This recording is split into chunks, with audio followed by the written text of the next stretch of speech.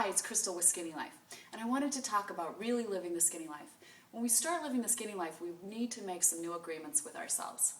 We may not realize it, but all of us have agreements that we've made, and a lot of times those agreements aren't serving us. Most of us have agreed to be both the judge and the victim to ourselves.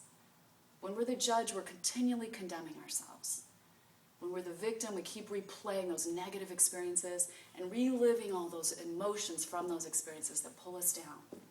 It's only by letting go of the judge and the victim that we free ourselves from that prison and start to live a new life, start to create a new paradigm.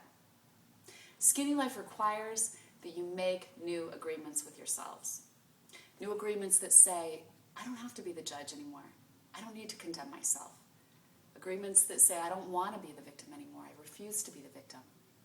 And the new agreement says, I want to live in freedom with the ability to create anything I want in this world, to be able to create a new level of health, a new level of fitness, and a new level of happiness.